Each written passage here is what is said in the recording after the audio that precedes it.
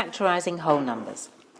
The area of a rectangle is 15 square units. What could the lengths of the sides equal? Well, let's just take one example. If we put an area of 15, then one side could be 5 and one side could be 3. 1, 2, 3, 4, 5. 1, 2, 3. Because the area inside that is 15.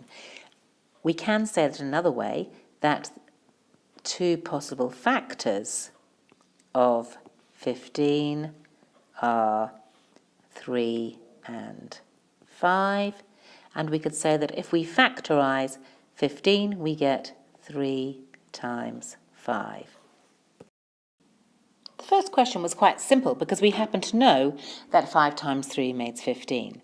However, if in this example we're trying to factorise 910, we may not know exactly what numbers multiply together to make 910, but that's what we're trying to do. We're trying to find two numbers that multiply together to make 910. What it's like having is like knowing the area of your rectangle and trying to work out what those side parts are. The area of this rectangle, if we work it out, would be 600 plus 100 plus 180 plus 30.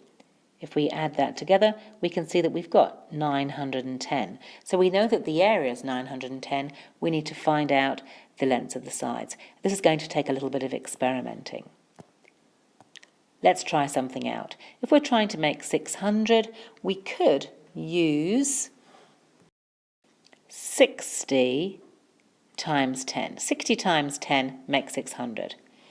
If we did 60 times 10 to make 100, we could then work out and try to see what this line must be. If we've definitely got 10 here, and we've got 10 times something to make 180, that must have been 18. However, we can't have 18 here because this should be the units column, and that's more than 10. So this way of trying to factorise to make 910 will not work. As that possible combination didn't work, we have to start again. We have the same grid, and we just try something out. If we're trying to make 600, 60 times 10 didn't work, maybe 30 times 20 will work, because 30 times 20 does make 600. Let's carry on working through the problem. So if that is 20, and this has to be 180, 20 times 9 makes 180. That's fine. This is a unit and it's not greater than 10, so that actually works out. Let's carry on the rest of the problem. If we do 9 times something which makes 30, it's not possible to multiply by 9 and get an exact number. So it's not possible to come up with a solution here. So this also is not a correct answer. Now let's try another alternative. Rather than having the 30 and the 20 with the 30 on the side and the 20 on the top, maybe we could try the 20 on the side and the 30 on the top, because this is going to make a different answer. 20 times 30 makes 600, so that's fine. Now let's check our next calculation. If we have 30 here and we want 180, then 3 times 6 must make 180. And that's fine, because 6 is a unit and we can actually have our number made up as 26.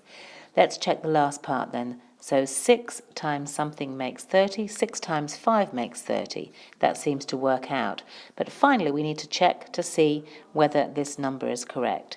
That's 20 times 5 is 100. That is also right. So it is a case of trial and error, or trial and improvement methods, to work out your answer to these factorising questions. We can finally say then that to find 910, it can be written as 26 times 35. And so 26 and 35 are factors of 910.